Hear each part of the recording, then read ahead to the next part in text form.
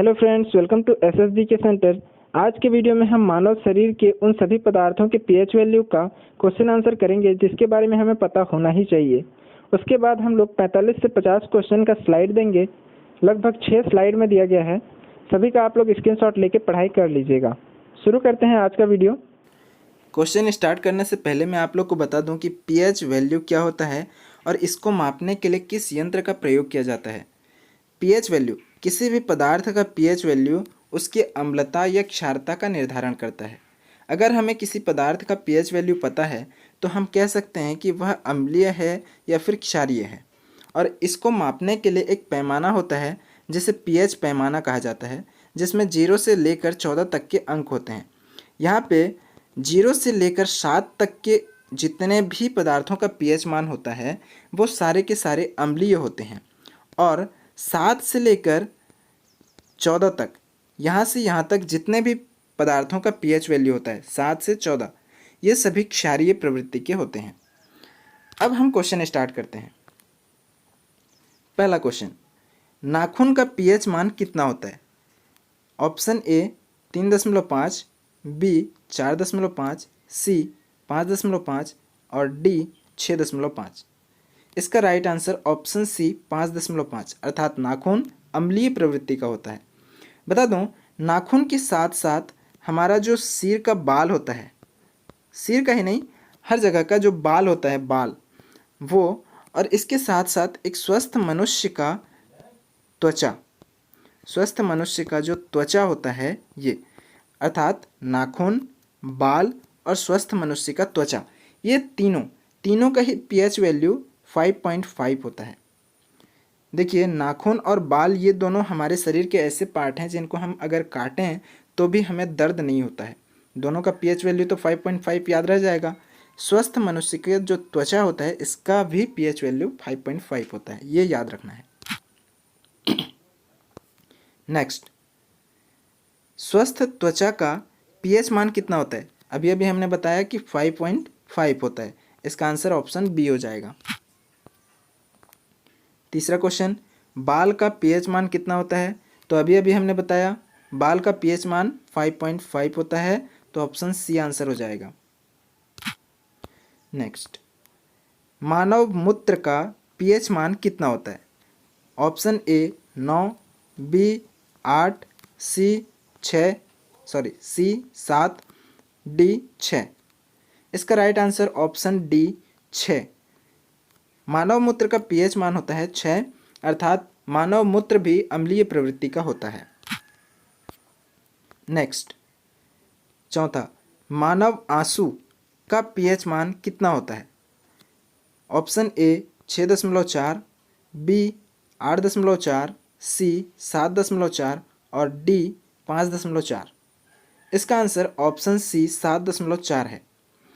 बता दूं, मानव आंसू के साथ साथ जो मानव रक्त होता है और छोटी आंत, साथ ही साथ भोजन से पहले निकलने वाला लार, मुंह में जो लार निकलता है, अगर हम भोजन नहीं किए हैं उससे पहले निकलता है, तो उस लार का पीएच मान, इन चारों का पीएच मान होता है 7.4। कौन कौन सा? मानव आंसू, मानव रक्त, छोटी आंत और भोजन से पहले निकलने वाला लार, इन चारों का पीएच वैल्यू होगा 7.4। नेक्स्ट, पांचवा क्वेश्चन, मानव रक्त का पीएच मान कितना होता है? Option A 6.4, option B 7.4, option C 8.4, option D 5.4। अभी अभी हमने बताया मानव रक्त का पीएच मान ऑप्शन बी 7.4 हो जाएगा। मानव रक्त, मानव आंसू, छोटी आंत और भोजन से पहले निकलने वाला लार, चारों का याद रखिएगा।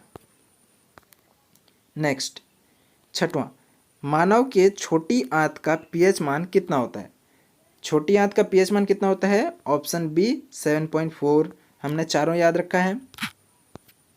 सातवां, भोजन से पहले लार का पीएच मान कितना होता है? इसका वैल्यू भी ऑप्शन बी 7.4, चारों का याद रखा है हमने। मानव रक्त, मानव आंसू, छोटी आंत और भोजन से पहले निकलने वाला लार, इन चारों का पीएच वैल्यू 7.4 होता है। नेक्स्ट 8वां, भोजन के बाद लार का पीएच मान कितना होता है?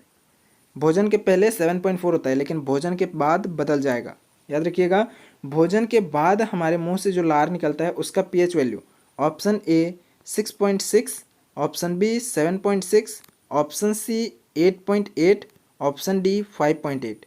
इसका पीएच वैल्यू होता है ऑप्शन डी 5.8। भोजन के बाद लार का पीएच मान 5.8 हो जाता है।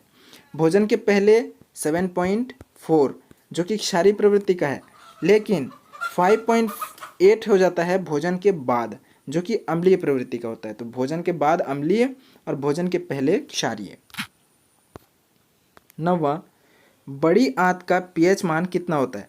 छोटी आंत का कितना था? 7.4 था। बड़ी आंत का option A 5.4, option B 6.5, option C 7.6, option D 8.7। इसका आंसर है ऑप्शन ए 5.4। तो छोटी आंत छोटी आंत क्षारीय प्रवृत्ति का होता है, जबकि बड़ी आंत अम्लीय प्रवृत्ति का होता है। अगर आप लोग और भी बहुत सारे पदार्थों के पीएच वैल्यू जानना चाहते हैं तो मैंने आप लोग को स्लाइड में उपलब्ध करा दिया है। आप लोग स्क्रीनशॉट ले लीजिए और सारा का सारा याद कर लीजिएगा। किसी भी पढ़ने वाले को ये सारा पीएच वैल्यू पता होना ही चाहिए। तो पहला पेज आप लोग स्क्रीनशॉट लीजिए, दूसरा पेज ले लीजिए, तीसरा, यहाँ पे सारे पीएच वैल्यू दिए गए हैं, चौथा पेज, पांचवा पेज और ये छठवां पेज। स्क्रीनशॉट ले लीजिएगा और आप लोग याद कर लीजिए। So thank you. वीडियो को आखिर तक देखने के लिए आप लोग का धन्यवाद। वीडियो पसंद आए तो लाइक, शेयर और कमेंट कीजिए। SSGK सेंटर यूट्यूब चैनल को सब्सक्राइब जरूर कर दीजिएगा। Thank you for watching. जय हिंद, जय भारत।